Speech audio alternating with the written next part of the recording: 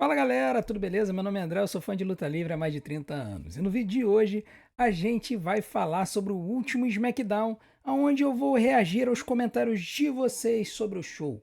Então, se vocês quiserem saber tudo aquilo que eu penso sobre o que aconteceu no SmackDown e a minha reação aos comentários sempre divertidíssimos de vocês, assista esse vídeo do começo ao fim, porque vai ter muita coisa legal. Mas antes, não deixe de fazer tudo aquilo que a gente pede para ajudar no nosso canal, e em especial deixe o seu like, porque é isso que está fazendo com que o YouTube divulgue os nossos vídeos. Você deixando o seu like, você vai estar ajudando tremendamente o nosso canal, beleza? Então vem com a gente para mais um Sincerão da Galera, agora falando do SmackDown do dia 21 de novembro de 2025. E a gente já começa com o Vinícius falando aqui sobre o show em si. Ele diz o seguinte: não tenho muito o que falar desse programa além de ter sido ótimo. Se for pra falar mal de algo, seria sobre o Nick Aldis como gerente geral do SmackDown. Eu odeio isso dos gerentes serem 100% babyfaces. Fica tão sem graça. E isso é um problema no Raw também. Por mim, uma das brands poderia ter um general manager que favorecesse os rios. Cara, olha só. Você detectou um detalhe que eu não tinha me ligado. Realmente, tanto o Raw quanto o SmackDown terem general managers faces acaba tornando as coisas um pouco chatas, sim. Mas eu acho que a WWE fez isso para poder fazer um contrabalanceamento com o fato de que o Raw tem um grupo dominante heel, que é a Division, e o SmackDown tem também. Ali tem um campeão como face, mas tem grupos heels também, né? Você tem ali os MFTs e tudo mais. Mas, assim, é uma tendência que a WWE adotou quando trouxe o Adam Pearce e o Nick Aldis para serem general managers. Acho que foi no ano passado, justamente quando o Triple H assumiu a direção da WWE. E eu vou concordar contigo em que depois de um tempo fica um pouco cansativo. Eu acho que o show poderia ter sim um General Manager heel e um General Manager face. Então você poderia ter no Monday Night Raw um face ou um heel e o oposto no SmackDown. No passado já teve isso. Tá? A gente no passado já teve, por exemplo, o Eric Bischoff como General Manager do Raw, como heel, e o Theodore Long como face General Manager do SmackDown. E aí essa dinâmica era legal porque acabava levando até para as lutas entre brands. Criava-se uma rivalidade entre as brands e isso levava a lutas entre as brands. Aí teve Survivor Series envolvendo isso, teve Bragging Rights, teve vários shows que as duas brands se enfrentaram e muito motivadas pela essa rivalidade entre os general managers. Então eu vou concordar contigo de que poderia ser uma boa. E eu acho que o candidato perfeito para se tornar Rio seria o Nick Aldis, porque o Adam Pearce, ele meio que como ele é um pouco menor do que os outros lutadores, ele assim, ele fica meio que com aquela cara de que não seria tão imponente assim se ele se tornasse um Rio. Já o Nick Aldis, como um cara alto, um lutador, é um ex-lutador, ele poderia bater de frente, né, com os faces e tal, e chegar e falar, olha, tu vai fazer o que eu mando, etc e tal. Eu acho que o Nick Aldis como Rio poderia casar melhor. Mas eu concordo que talvez essa mudadinha na companhia e um deles virar em Rio poderia trazer uma qualidade melhor para os shows, tá? E como o SmackDown é um show que está precisando de um pouco mais de conflito, um pouco mais de confronto, é o show que está um pouco mais fraco atualmente, talvez ali pudesse dar uma ajudada nas coisas no show. Agora o Jonas ele traz um comentário sobre a performance do JD McDonough, que é um lutador que a gente tem percebido que realmente tem uma qualidade. A WWE tem empurrado ele recentemente, tem sido muito legal de ver. Ele diz o seguinte: JD McDonough, que lutão ele fez ontem contra o Ilya Dragunov? Ele relembrou tempos do NXT UK, NXT Takeover. No SmackDown, a cada dia mais ele vem mostrado que é um lutador que tem um potencial absurdo e fica escanteado num grupo do Judgment Day. Nesses últimos combates, a WWE parece que enfim, está testando ele para ter um futuro em push em breve, talvez porque talento ele tem de sobra. Bom, assim, é muito claro que a WWE tá tentando empurrar o JD McDonough para aparecer mais na televisão. Isso é um fato. Tá? Tanto no Monday Night Raw quanto no SmackDown, sempre que a WWE precisa de um cara para mostrar talento no ringue, mostrar qualidade, o JD McDonough aparece. E ele, inclusive, ele tem se apresentado. Né? Ele se apresentou recentemente para uma luta que ele se colocou, o Finn Balor ele ficou de trás, tal. Então, assim, o JD, ele é um cara destemido, né? Ele é um cara destemido, ele é um cara que se você sabe que você pode contar com ele e a persona dele é essa, eu acho que ele é um talento incrível, é um high flyer incrível, já demonstrou isso, a fluidez dos golpes dele é absurda e ele é um cara que deveria ser mais empurrado. Na minha opinião, eu acho que o JD ele tem um potencial para o cenário secundário da WWE. E eu acho que a WWE pode estar fazendo esses testes com ele para apresentar coisas melhores para ele em 2026. Talvez até envolvendo uma feud com o Finn Balor e o Dominic numa possível implosão da Judgment Day, o JD McDonough ele saia e comece a desafiar ali pelo cenário, de repente, do campeonato intercontinental. Eu só acho que ele deveria mudar o nome. Esse JD McDonough, cara, eu não tanco, meu irmão. Eu acho que ele devia voltar a ser Jordan Devlin. Eu sei que a WWE não gosta de que os lutadores lutem com os próprios nomes ou nomes do cenário independente, mas acho que ele, como Jordan Devlin, seria muito mais interessante do que esse JD McDonough. Simplesmente eu não consigo tancar esse nome de jeito nenhum. Agora, o Gabriel Rodovalho, ele vai trazer um comentário sobre a luta do Sami Zayn dos MFTs, a luta de Survivor Series que vai acontecer no próximo SmackDown. Ele diz o seguinte: tio, essa história do Sami Zayn como os MFTs me faz pensar se a WWE realmente vai empurrar o cara. Aliás, eu tenho a impressão de que a WWE não está usando o midcard para treinar novos main eventers, mas sim para retroalimentar o midcard. Isso está acontecendo com o campeonato feminino e masculino dos Estados Unidos e o Intercontinental. Os campeões perdem os títulos e, ao invés de subirem para tentar os títulos principais, continuam presos em histórias com as mesmas pessoas. Bom, aqui, Gabriel, é uma percepção válida. Eu acho que tem a ver. Vamos falar primeiro da questão dos títulos, né? É uma questão que a WWE hoje está tentando fortalecer os campeonatos secundários. Tá? A WWE tá com tanta gente boa, tanto main eventer que ela já empurrou no passado, que ela não sabe o que fazer com essa galera. Principalmente no cenário feminino. No cenário masculino, um pouco menos, mas também. Então, eles estão aproveitando essas lendas que de repente eles não confiam tanto para serem campeões mundiais, estão trazendo para baixo para poder ajudar ali no cenário intercontinental. E aí, cenário intercontinental e de duplas também, né? Que, por exemplo, Finn Balor tá no cenário de duplas. E aí, essa galera, ela fica ali, fica ajudando a elevar outros talentos. Mas não é que eles querem que essa galera lendária suba. Eles querem que eles fiquem ali para ajudar talentos que estão subindo. É o caso, por exemplo, da Lara Valkyrie. Só que a grande questão é que o main event hoje tá muito entulhado, tá muito desestruturado, né? Então você não tem espaço no main event, exceto talvez o cenário do campeonato mundial feminino e o cenário do campeonato da WWE feminino, aonde você tem uma Stephanie McMahon que está tendo que construir feud com a Nikki Bella, e enquanto que do outro lado você tem a Jade Cargill tendo que construir field com qualquer uma que apareça. Ainda nem apareceu uma grande rivalidade para ela. Então, eu acho que a WWE poderia sim aproveitar alguns desses talentos que já passaram pelo cenário secundário e dar uma elevada neles. Mas é tanta gente lá em cima e as fields já estão tão montadinhas, né? Você tem o Cody Rhodes se engalfinhando com o Drew McIntyre, você tem o CM Punk se engalfinhando com a Division, e trazer uma outra galera aí é difícil. Por exemplo, o Gunther voltou e a gente não sabe se ele vai se inserir no cenário do campeonato mundial. Então é uma coisa meio engraçada da gente ver como que a coisa tá meio desbaratada. Eu acho que a WWE deve trazer uma galera que foi ali do cenário intercontinental e trazer para subir. Então o Bron Breakker ele teria que subir. Na minha opinião, o Bronson Reed ele deveria ganhar algum título de simples para ontem. A Lara Valkyria deveria subir. Eu gostaria de ver a Chelsea Green subindo. As interações dela com a Jade Cargill estão sendo mais constantes. A Julia poderia subir. Só que a forma como a Julia, por exemplo, perdeu da Chelsea Green foi pavorosa. Então fazer uma lutadora que perdeu 1 minuto e meio subir para o main event é meio complicado. Agora, especificamente sobre o Sami Zayn e a luta contra os MFTs, tem muita gente temendo o resultado dessa luta, tá? Porque, assim, o Sami Zayn claramente ele tá com 4 apoios, né? O Shinsuke Nakamura, o Rey Fenix e os Morocine Machine Guns são apoio para empurrar o Sami Zayn. Já o Solo Sikoa, ele tem o grupo dele que também tá ali para apoiar o empurrão dele. Então, claramente, o foco aqui é Sami Zayn e Solo Sikoa. Os outros 8 são descartáveis. E geralmente é assim como uma luta de Survivor Series funciona. tá? A grande questão é saber como é que eles vão fazer essa luta funcionar.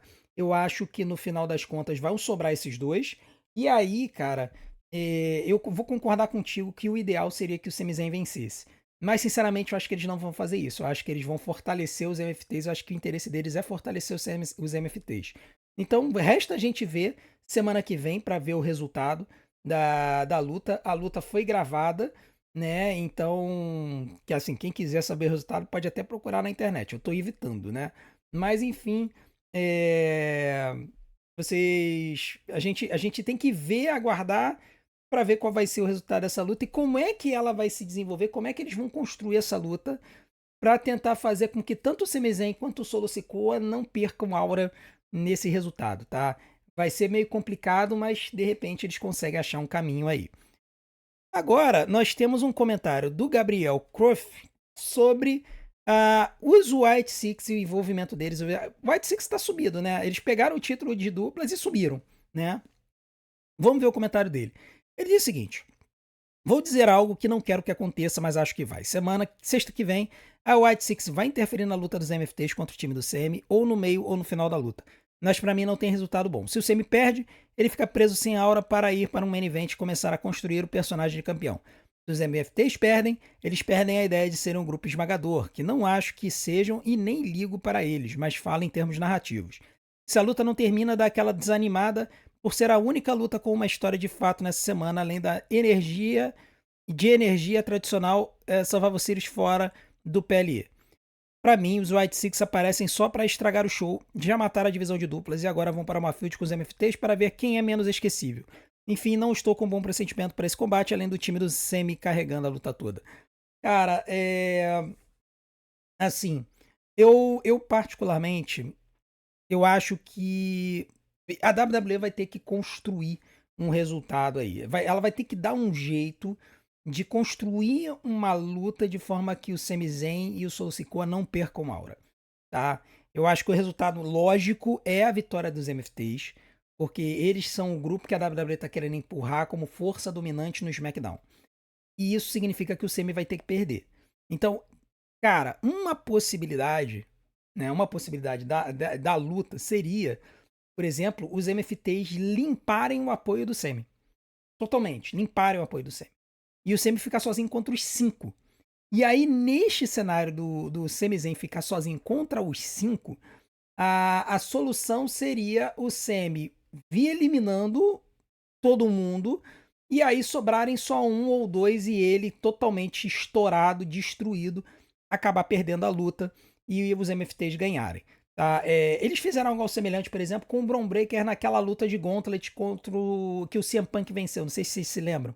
Quando o CM Punk ele ganhou a luta de Gauntlet, ganhou o direito de enfrentar o John Cena, se não me engano, no Night of Champions.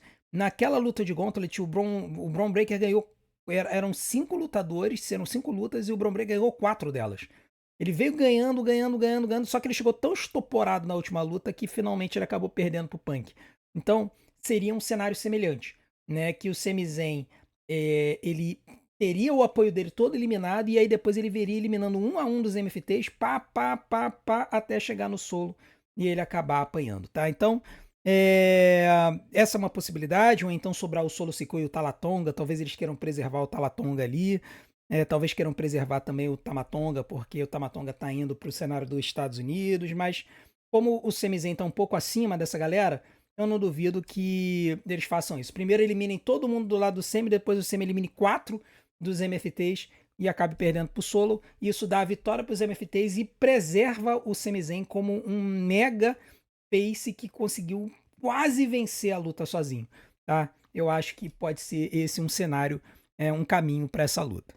Agora, o vício por WWE, ele traz um comentário sobre o booking do War Games feminino. Ele vai dizer o seguinte: o booking que eu faria do War Games feminino, faria quase no final da luta a Rhea e a Io e a AJ Lee ficarem caídas, faria a Alexa Bliss fazendo um heel turn na Charlotte, aplicando o Sister Abigail e dando a vitória pro time da Asuka. Acho que seria mais certo dar a vitória para Giles para que possa tirar mais rivalidades disso tudo, além do que faria aquele desentendimento com a Charlotte ser o motivo da heel turn da Alexa. Olha, eu entendo o seu desejo de um heel turn, nesta luta. Mas eu acredito que seria mais fácil ter um heel turn na luta masculina, tá? Existe um motivo para isso, tá? Eu acho que a WWE vai querer manter a luta a rivalidade do Corey e do Drew por mais um tempo, tá? Eu acho que eles vão esticar essa rivalidade do Cody Rhodes e do Drew McIntyre até o Royal Rumble, quando eles vão ter uma disputa definitiva.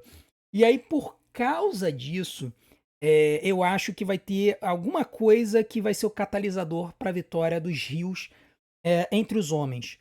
Como eu não acho que a WWE vai ter coragem de fazer os Rios vencerem as duas War Games, essa War Games eu acho que as faces vão ganhar. Por isso que eu acho que o seu cenário não deve acontecer durante a luta. Pode acontecer depois da luta? Pode.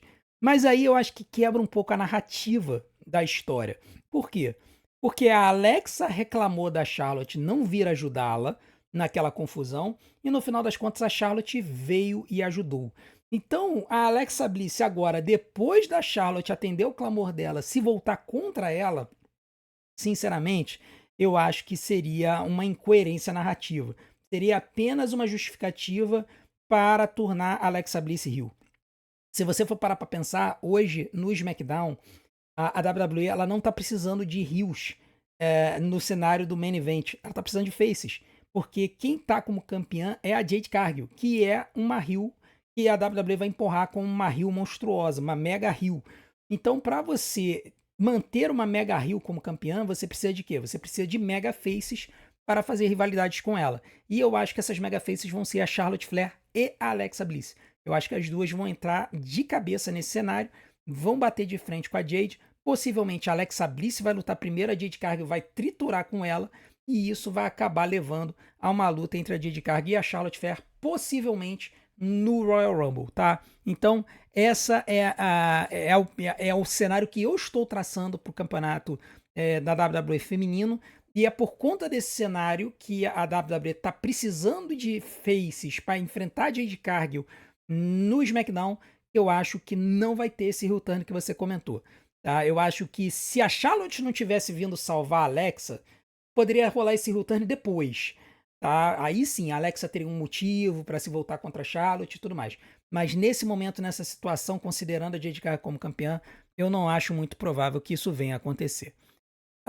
Agora, o Haruko Yomi ele vai trazer um comentário muito legal sobre o Cody Rhodes, tá? E muita gente tem elogiado a promo que o Cody fez no SmackDown. Não fui só eu que elogiou, não, tá? Muita gente durante a live elogiou e nos comentários também teve gente elogiando. Ele diz o seguinte: eu me impressionei com a promo do Cody de novo. Ele falando com respeito, com ódio, com uma certa imponência, falando do Heyman, do Brock e do Drew. O que me empolga mais para a rivalidade desse War Games, mas algo me diz que os Rios vão vencer, o que seria ótimo para mim. Foi o que eu acabei de falar. Tá? Eu não quero entrar muito em detalhes, por causa que vai sair um vídeo com a prévia do War Games, do Survivor Series, mas tem surpresa vindo aí, porque essa prévia não vai sair no meu canal. Fiquem ligados que tem coisa boa vindo aí, tá? Mas, o que eu queria dizer é o seguinte, e como eu falei agora há pouco na última pergunta, para mim faz mais sentido que os Rios vençam, tá? Eu já tenho comentado há algum tempo em algumas lives e tal, que a minha aposta é que o time Rio vai vencer com o Drew McIntyre fazendo o pinfall no Cody, tá? Pra esticar essa rivalidade até o Royal Rumble. Então, para que isso aconteça, o time face tem que sofrer algum baque. Tá? O time face tem que sofrer algum baque. E isso significa o que tem que ter o heel turn de alguém.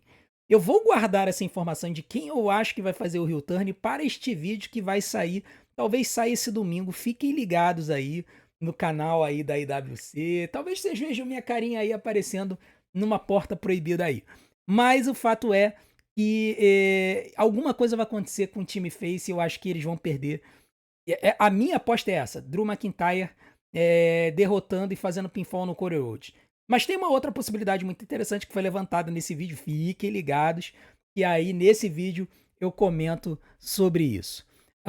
Agora nós temos o Gondim. O Gondim ele vai trazer um comentário sobre o CM Punk. né? E aí ele vai dizer o seguinte: o grande CM Punk, o grande face, campeão mundial, aparece no Raw e sai na mão com todo mundo. E quando seus companheiros de time apanham no SmackDown, ele simplesmente caga pros seus companheiros. KKKKKK. Ô, Gondim, não se esqueça. Teoricamente, ainda existe uma brand split na WWE. O CM Punk, ele ainda é do Monday Night Raw, tá? Já o Cody Rhodes ainda é do SmackDown. Ah, mas e os russos que apareceram no SmackDown? Bom, o Jimmy, teoricamente, ainda é do SmackDown. O Jay é que apareceu de gaiato no navio lá no SmackDown pra bater de frente com o pessoal. Ah, mas a Division tava lá. É verdade, a Division tava lá. Mas o Punk não estava. E tem um outro nome também que você não citou que também não tava lá. Que é ninguém mais, ninguém menos do que Roman Reigns. E o Brock Lesnar também não. Então a gente precisa entender que, primeiro, não necessariamente todo mundo vai obrigatoriamente fazer a viagem, tá? Então, nesse caso, na narrativa, na história da narrativa que está sendo construída, o Jay teria um sentido de estar no SmackDown, porque ele estava ali com o Jimmy, seu irmão, estava visitando, enfim. Estou inventando histórias narrativas, tá? O Corey já é do SmackDown. E os invasores foram o pessoal da Division. Né? A Division não tinha nada que tá lá.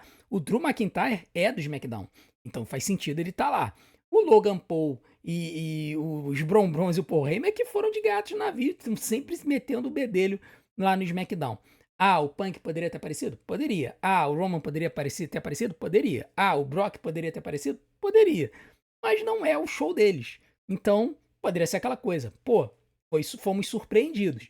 Quando chegar no Monday Night Raw, com certeza o Punk vai se vingar. Então vamos aguardar o próximo show para ver como é que vai se desenvolver essa história. Mas a gente não pode esperar que todo mundo esteja nos dois shows, porque, novamente, teoricamente, ainda existe uma brand split. Agora o Fusion vai trazer um comentário sobre o Wargames que é um comentário interessante, tá? Ele diz o seguinte: opinião polêmica sobre o Survivor Series em geral. A WWE está banalizando o Wargames, tratando quase como se fosse algo obrigatório no calendário, o que gera algo chato e preguiçoso, simplesmente jogando nomes nos times. Porque sim, além disso, desvaloriza cinturões, como o de duplas femininos. E não é de agora. Tornaram o 5 versus 5 tão algo chato na segunda metade da década passada, e ainda botaram algo que tinha um pay-per-view só para isso, Bragging Rights, e ficou desgastante, onde a gente sabia que iria ter, mas não quem vai estar lutando. Fusion, olha só. Eu entendo a sua frustração, mas a gente precisa entender um pouquinho da história do Survivor Series. O Survivor Series, ele originalmente ele foi construído para ser um show com lutas diferentes, tá? Da mesma forma como você tem o Royal Rumble, que tem uma luta diferente e os lutadores são arremessados por cima da corda, o Survivor Series ele foi originalmente construído para ser um show em que todas as lutas de cima a baixo eram lutas 4 versus 4 ou 5 versus 5 de eliminação. Você esperava para assistir o Survivor Series por causa desse estilo de luta, porque era um tipo de luta que ajudava a elevar talentos. Muitas estreias aconteciam no Survivor Series, por exemplo, a do Undertaker aconteceu no Survivor Series, e muitas storylines que iam se desenvolver ao longo do ano seguinte, muitas vezes começavam no Survivor Series, como por exemplo quando o Owen foi o único eliminado da equipe do Bret Hart no Survivor Series de 93, e isso acabou fazendo com que ele virasse heel para cima do irmão no final do ano, levando a rivalidade que dominou as histórias da primeira metade de 94, a rivalidade entre o Bret e o Owen. Então, a história, o mecanismo do Survivor Series era esse. O Vince McMahon, ali nos anos 2000 e pouco, tal, ele até abandonou um pouco essa história porque ele percebeu que poderia ficar repetitivo essa história de muitas lutas no estilo Survivor Series. Ele não gostava disso. Então, como ele não gostava de luta de tag team, isso aí é histórico, todo mundo sabe, isso acabou fazendo com que o Survivor Series perdesse essa característica de ter essas lutas. E aí, ali para os anos 2010, é que eles voltaram com essa ideia das brands se enfrentarem no Survivor Series. E aí, como o Vince tinha aquela coisa de achar que os pay-per-views estavam datados e tudo mais, ele resolveu mudar a essência do Survivor Series e criar o Bragging Rights. Eu acho que teve um ano ou dois até que não teve Survivor Series, teve o Bragging Rights. Tá? Então, assim, muitas dessas coisas que aconteceram eram coisas da cabeça do Vince, nessas mudanças e tudo mais. Mas o fato de você não ter um show todo estruturado com lutas de Survival Series acaba fazendo com que você tenha essa visão de que a coisa pode ficar um pouco repetitiva e as lutas serem jogadas, porque se perdeu a essência. A essência no passado era pegar múltiplas rivalidades, fazer as equipes para que as rivalidades fossem resolvidas ali ou se iniciassem algumas rivalidades novas para o ano seguinte. E aí, geralmente, isso era retroalimentado no Royal Rumble, indo desembocar na WrestleMania. Em geral, naquela época, a estrada para a WrestleMania, na verdade, não começava no Royal Rumble, começava no Survival Series, que era quando as novas rivalidades começavam a ser construídas. Então, eu particularmente, eu gostava disso. Eu gostava de todo ano eu saber que no Survival Series você teria várias lutas que seriam construídas para serem resolvidas lá. Mas isso se perdeu. Com relação ao War Games, eu particularmente não gosto da luta War Games, tá? Eu não gosto. Mas eu entendo o fato de que você cria um evento para ter a possibilidade de você ter essas lutas. Então, disso eu não reclamo. Até porque eu acho que no War Games desse sábado, a gente vai ter novas rivalidades sendo construídas, novas histórias vão ser desenvolvidas, como acontecia na época do Survivor Series original. Então, não me incomodo com isso, não me importo com isso. Eu particularmente gosto dessa nova criação de histórias. Eu realmente não gosto da luta em si, tá? Mas eu não me incomodo com o fato do show ter essas lutas. Agora, o que não pode, o que não poderia, na minha opinião, é o show inteiro só ter o War Games. Porque a luta é chata. Eu não me importaria do show inteiro ter lutas de Survival Series porque eu gosto. Mas o show inteiro ter lutas de War Games aí seria terrível, tá? Porque aí remontaria, até alguém no comentário falou sobre isso, remontaria o que aconteceu no passado com o pay-per-view de TLC e o pay-per-view Hell in a Cell, aonde você sabia que o show, por conta do nome, teria que ter a luta, e aí você jogava uma rivalidade para que tivesse uma luta nesse pay-per-view. Isso, por exemplo, banalizou a Hell in a Cell e banalizou a luta TLC. Hoje em dia, as duas lutas são especiais. Nós tivemos só 2 lutas TLC esse ano, e já não tinha muito tempo, e a gente nem teve Hell in a Cell. Não sei se vocês perceberam isso. Nós não tivemos nenhuma luta Hell in a Cell esse ano na WWE. Então é uma coisa que eles estão guardando para ser um cenário especial. Tá? Mas a minha opinião é essa. Eu, particularmente, não gosto da luta, mas eu gosto de ter o pay-per-view para ter a oportunidade de ter essas lutas, porque ajuda a construir novas histórias. Mas isso é uma opinião minha, tem gente que não gosta. Eu entendo o fato de que você entende que isso desvaloriza alguns lutadores e alguns campeonatos. O Lord Aizir, ele chega e traz um comentário interessante sobre a forma como foi feito o booking do Bronson Reed. É uma colocação polêmica, eu queria discorrer sobre ela aqui um pouquinho. Ele diz o seguinte: vença o Roman Reigns e perca para o Carmelo. Triple H sabe mesmo como dar push para alguém. Se era para o cara perder, melhor ter colocado outra pessoa. Vamos lá. Primeiro, quando você dá um push para alguém, você não pode simplesmente fazer com que ele vença tudo, né? A não ser que você seja o Gunther. Mas você não pode fazer com que ele vença tudo, porque vai parecer chato, o pessoal vai achar que é forçado. Você sabe como é que o povo da IWC é terrível, né? Vê alguém vencendo tudo e já fala, forçado, é forçado. Então, se o Bronson Reed começasse a ganhar tudo, o que o pessoal ia falar? Bronson Reed é forçado. E aí, quando o cara perde, aí fala, a WWE não sabe bucar ninguém. Vocês têm que, primeira coisa, vocês têm que saber, primeiro decidir o que vocês querem. Se vocês querem que a WWE force alguém vencendo tudo, ou se vocês querem que o cara de vez em quando perca. Segundo, essa derrota do Bronson, pra mim, foi ótima. Por quê? Primeiro, ele perdeu por count-out. Ele não perdeu por pinfall nem submissão. Então ele foi preservado. O Carmelo Reis ganhou numa luta em que o Bronson Reed sofreu inúmeras interferências. E segundo, essa interferência foi do campeão da WWE. Foi o Cody Rhodes, ele mesmo, que jogou o Bronson Reed no poste e depois aplicou um crossroad. Vocês acham que isso vai ficar barato? Vocês acham que o Bronson Reed não vai voltar e vai estraçalhar o Corey, não? Cara, isso tá caminhando para uma feud entre esses dois. E se tem algo que eu quero e eu quero muito, é o Bronson Reed na rota do Cody Rhodes. Porque isso vai ajudar muito a elevar ele. E eu tô dizendo, as pessoas estão percebendo, outras pessoas estão começando a perceber isso. E o próprio Corey, na promo dele, falou sobre isso. O melhor talento da Division hoje, Olha, hoje, não tô falando de longo prazo, estou falando hoje. É Big Bronson Reed. Ele tá mais pronto para o main event do que o Bron Breakker. Eu tenho falado sobre isso e muita gente tem percebido isso. Não sou só eu, tem criadores na gringa, criadores aqui no Brasil de conteúdo que falam a mesma coisa. E a WWE parece que está começando a caminhar para um cenário em que o Bronson bata de frente com o Corey. Ah, o Bronson vai se tornar campeão mundial no futuro? Não creio que vai ser agora. Eu acho que ele vai ser testado no main event, mas vai servir de escada para o Corey. Eu não me importo, porque ainda tem tempo para construir o Bronson Reed. Mas é um fato, para mim, a forma como foi apresentada essa luta e a forma como foi apresentada essa derrota do Bronson, para mim foi ótima. Porque ele foi preservado do pinfall contra o Carmelo Reis e ele vai bater de frente com o Corey. Então, para mim, cara, para mim tá ótimo. Não tem nada do que reclamar. Triple H, você tá de parabéns. E agora, o Joel, ele chega e manda o seguinte. É uma afirmação tão estarrecedora e tão triste que a gente vai encerrar o vídeo com ela. Ele vai dizer o seguinte: eu nunca pedi nada, tiozão. Só queria um push no Finn Balor. Cara, eu também. Cara, eu também. Finn Balor, olha, o cara, ele tem todos os predicados para ser empurrado para o main event. Ele só não tem o raio da estatura. Ódio. Como a WWE gosta de lutador alto. Vou te falar. Cara, Finn Balor, ele é um lutador que ele tem tudo, cara. Ele tem as expressões faciais, ele tem o microfone, ele tem o ringue, ele tem o estilo de luta que casa com todo mundo.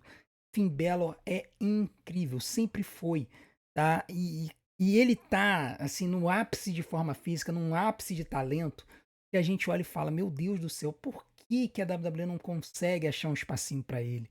E assim, eu acho que o caminho para o Finn Balor e outros talentos seria pegar um dos campeonatos mundiais e descer a estatura e fazer com que fosse o campeonato mundial dos lutadores mais baixos.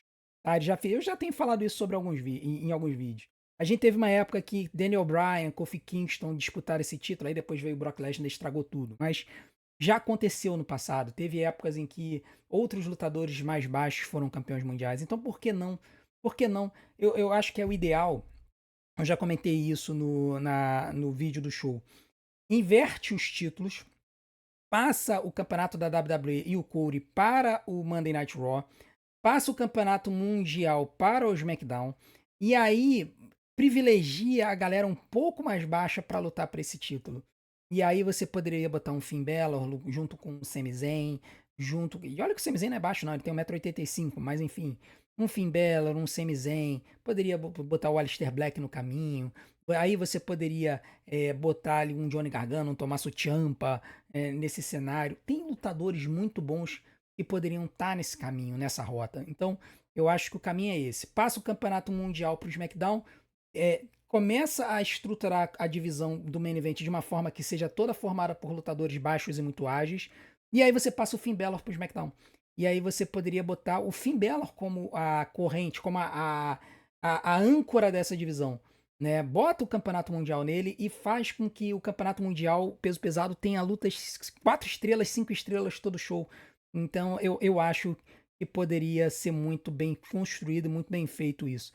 Mas aí, cara, depende de boa vontade da WWE, eles têm que mudar o paradigma deles, a visão deles com relação a que tipo de campeão que eles querem sendo apresentados. Hoje parece que eles voltaram àquela ideia de ter lutadores mais altos como campeões.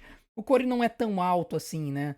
Mas você tem o Corey numa divisão, você tem o Punk na outra. O Punk ele já é um pouco mais alto, né? Ele engana, mas ele é um cara um pouco mais alto. Então, assim, dá pra fazer, cara. Dá pra fazer. É só a WWE querer e eles conseguem. Dá pra fazer. É só ter um pouquinho de boa vontade lá do pessoal que manda nas coisas e a gente poderia ter um Finn Balor como campeão mundial. Por que não? Bom, essa é a minha opinião e eu queria saber a opinião de vocês. Coloque aqui nos comentários as suas opiniões sobre o que eu coloquei no vídeo de hoje. E muito obrigado pela audiência de todos vocês. Desde já eu agradeço a todos. Fiquem ligados nos canais da concorrência porque vai ter collab vindo aí e eu conto com a sua audiência lá para trazer gente para cá. Beleza? E não deixem de continuar acompanhando todos os nossos vídeos, todos os nossos conteúdos. Segunda-feira a gente vai ter live do Monday Night Raw, desde já eu conto com a sua audiência. E não deixem de maratonar os nossos vídeos, porque tempo de visualização é o que faz o YouTube empurrar a gente, beleza? Muito obrigado por tudo. Não deixem de fazer tudo aquilo que a gente pede. E muito obrigado pela sua audiência. A gente se vê do outro lado. Um grande abraço. Até a próxima.